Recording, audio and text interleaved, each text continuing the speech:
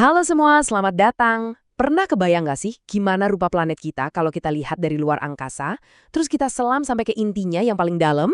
Nah, beberapa menit ke depan, kita bakal melakukan perjalanan seru itu.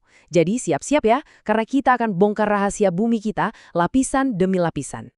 Coba deh, bayangin kalian lagi melayang di angkasa, ngintip ke bawah dari jendela pesawat luar angkasa. Planet kita itu bukan lagi cuma peta daratan dan awan, tapi sebuah bola biru raksasa yang kelihatannya hidup dan bernapas. Dan hal pertama yang bakal bikin kalian melongo itu warnanya. Biru. Biru yang terang banget dan dalam. Itu karena hampir 3/4 permukaan planet kita ketutup sama air. Yap, sebagian besar rumah kita ini sebenarnya lautan. Oke, jadi dari luar angkasa, yuk kita zoom in. Perhentian pertama kita adalah buat kenalan sama dua komponen utama permukaan bumi. Daratan yang kokoh di bawah kaki kita, dan perairan luas yang mendominasi pemandangan. Nah, bagian daratan tempat kita berdiri ini secara ilmiah disebut litosfer. Ini adalah lapisan padat planet kita. Dan permukaannya itu jauh dari kata rata loh, justru penuh sama bentuk-bentuk keren yang menceritakan sejarah geologis bumi. Dan keragamannya ini, wah luar biasa. Litosfer itu mencakup fitur-fitur dramatis kayak gunung-gunung yang menjulang tinggi, beberapa kayak gunung berapi di kiri ini bahkan masih aktif. Sampai lembah-lembah super luas yang terukir di antara pegunungan, seperti yang kita lihat di sebelah kanan. Nah, ini ada analogi yang keren banget dari sumber kita. Ini ngegambarin perbedaannya dengan pas. Gunung itu kan besar, megah, dan kadang-kadang terbentuk dari aktivitas vulkanik. Nah, bukit di sisi lain jauh lebih kecil, lebih landai, dan nggak bisa meletus. Jadi mereka itu ibarat anak-anaknya lanskap. Oke, sekarang kita balik lagi ke warna biru yang dominan tadi. Hidrosfer. Ini adalah sebutan untuk semua air di bumi, mulai dari lautan yang super luas sampai tetesan air paling kecil yang ngebentuk awan di atas kepala kita. Hidrosfer ini bentuknya macam-macam. Sungai, contohnya, itu kayak jalan tol air yang terus mengalir, biasanya dari dataran tinggi ke laut. Ini beda sama danau, yang lebih mirip kolam renang raksasa berisi air tawar yang dikelilingi daratan. Oke, daratan udah kita bahas, perairan juga udah. Sekarang, gimana kalau kita mundur sedikit dari permukaan buat ngelihat perisai tak kasat mata yang menyelimuti seluruh planet kita? Perisai ini kita kenal sebagai atmosfer. Ini bukan sekedar ruang hampa loh, tapi selimut gas yang super penting, termasuk oksigen yang kita hirup, yang bikin kehidupan di bumi ini jadi mungkin. Dan ternyata selimut gas ini nggak cuma satu lapis, tapi berlapis-lapis. Atmosfer kita itu terdiri dari beberapa zona yang beda-beda, dan setiap lapisannya punya peran dan karakteristiknya sendiri yang unik. Yuk kita intip sekilas. Kita ini hidup di troposfer, tempat semua cuaca terjadi.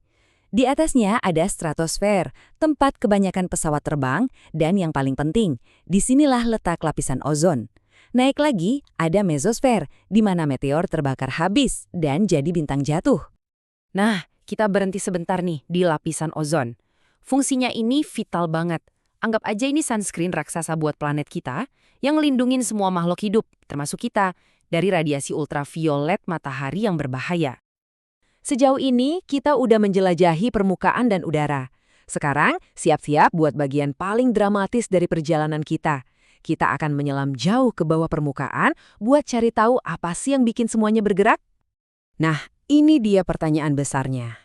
Kita kan tahu permukaan bumi itu nggak diem. Ada gempa, ada letusan gunung berapi. Jadi sebenarnya, kekuatan dahsyat apa yang menggerakkan daratan di bawah kaki kita? Jawabannya adalah fenomena yang namanya arus konveksi. Gini deh, bayangin kamu lagi merebus air di panci. Air panas di dasar panci kan naik ke atas, mendingin, terus turun lagi. Gerakan muter-muter inilah yang terjadi di dalam perut bumi, tapi dalam skala yang gila-gilaan. Coba deh lihat struktur planet kita ini. Kita hidup di atas kerak yang tipis banget. Di bawahnya itu ada mantel dan inti yang panasnya luar biasa. Suhu di pusatnya itu bisa lebih dari 5.000 derajat Celcius. Dan ini dia, analogi yang paling pas. Bayangin kerak bumi itu kayak kulit tipis yang terbentuk di atas jeli panas. Nah, jeli cair di bawahnya kan terus bergolak karena panas, bikin kulit padat di atasnya jadi retak dan bergerak. Itulah yang kita sebut lempeng tektonik. Di bagian terakhir, kita sambungin mesin internal yang super kuat itu dengan siklus yang kita lihat di permukaan setiap hari. Ternyata, semuanya itu saling berhubungan. Jadi, ini kuncinya. Energi panas dari dalam bumi itu menggerakkan daratan, sementara energi panas dari matahari menggerakkan air dan udara di permukaan. Dua mesin raksasa ini kerjasama mendorong perubahan terus-menerus, termasuk siklus paling vital buat kehidupan, siklus air. Siklus air itu pada dasarnya adalah perjalanan air yang nggak ada habisnya. Dari permukaan bumi ke atmosfer, terus balik lagi. Anggap aja ini sistem daur ulang air raksasa milik planet kita.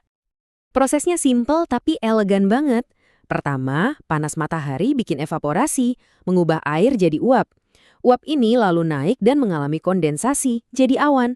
Angin membawa awan-awan ini dan akhirnya terjadi presipitasi, hujan turun, mengisi lagi sungai dan lautan, dan siklusnya dimulai dari awal lagi. Jadi, pada akhirnya semuanya itu saling nyambung. Panas dari inti bumi menggerakkan daratan. Panas dari matahari menggerakkan air dan udara. Litosfer, hidrosfer, dan atmosfer semuanya bekerja sama dengan harmonis menciptakan dunia kita yang dinamis dan hidup ini. Dan ini membawa kita ke pertanyaan terakhir yang bikin mikir. Mengingat semua kekuatan yang terus-menerus membentuk ulang planet kita, dari pergerakan benua sampai siklus air, kira-kira rumah kita ini bakal kayak gimana ya wujudnya di masa depan yang jauh banget? Sesuatu buat kita renungkan. Terima kasih ya sudah bergabung dalam penjelajahan ini.